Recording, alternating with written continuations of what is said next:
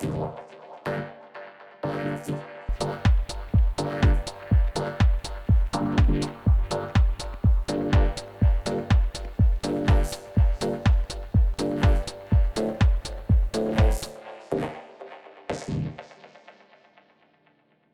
guys, welcome back to my Ableton journal. Did you hear that, all that movement that I had going in these chords? Surprisingly enough, this isn't really a complex synth patch. There's no crazy modulation going on, and all the effects I've got going here are pretty bare bones. What really makes this work is actually just the fact that we're using a vocal sample in combination with the vocoder, and we're feeding a minor chord from analog into this vocoder. And then the vocal sample that we have selected is really doing all the magic. In today's video, I wanted to show you this little technique that I've been experimenting with myself, because I've come to find that it is a nice little way to you can slap two things together, tweak it a bit, and then you'll have a lot of movement and modulation in your sound, and you're almost not even getting started on the sound design.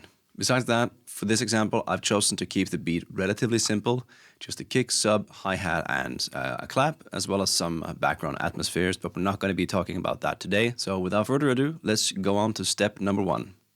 So if I were to start this patch all over again, I would simply hide these two. I would open 2 new MIDI channels. I'll prop in a chord with 3 and 7 semitones set to that, so we'll get a minor chord. Then just load up 1 instance of analog. You don't need to tweak it. I didn't do for my example. It sounds like this.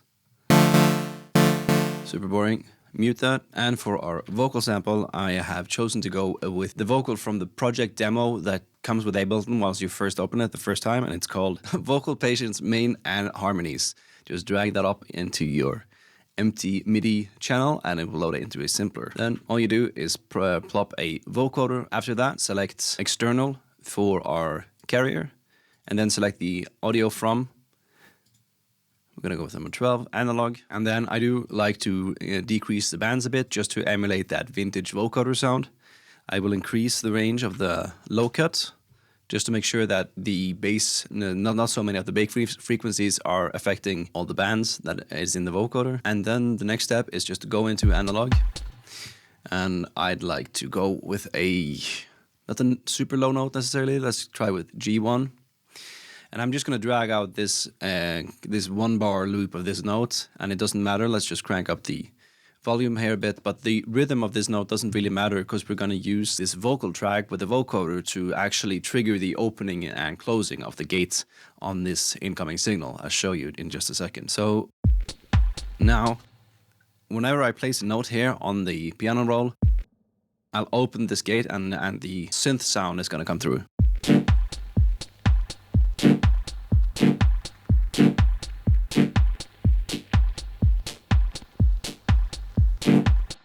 That's it. That, my friends, that's it. That's the basis of the technique. I've come to find that I do like to decrease the formant amount a bit just to make it a bit darker. I also tend to increase the depth just a tiny bit.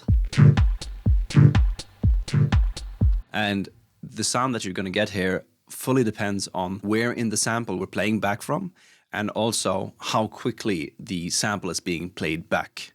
In other words, if we would not go with C3 or just go lower, it would sound different. And now, if I pitch it back up, it will play back the vocal much quicker, and then again you will get different parts of the vocal being affected by the vocoder. Okay, so that's the basic setup. Now the obvious next step is going to be to add some effects, play around with the starting point of the sample that we're playing back, and also just play around and tweak the vocoder until you get a kind of sound that you like. If we go back a bit to the example that I had in the intro, you can see that I did program quite a more interesting MIDI pattern. It sounds a bit like this.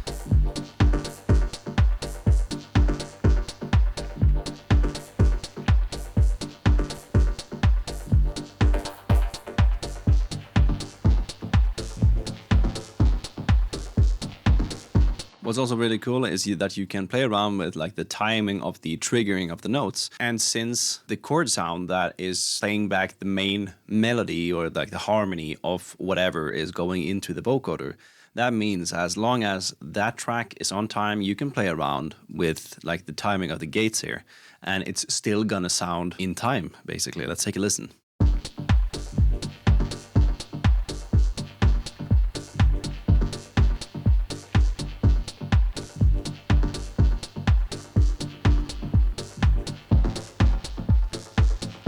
A bit weird, but yeah, still, I think you get my point.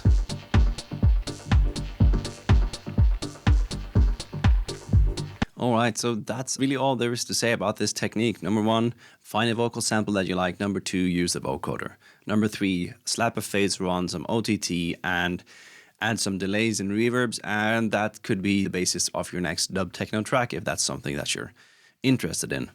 Okay, lastly, I am currently offering one-on-one Ableton Live music production coaching for anyone who wants to try and level up their music production or mindset skills. I'll leave a link with more information at the very bottom of this video. Thank you so much for watching. If you have any comments, let me know in the comments.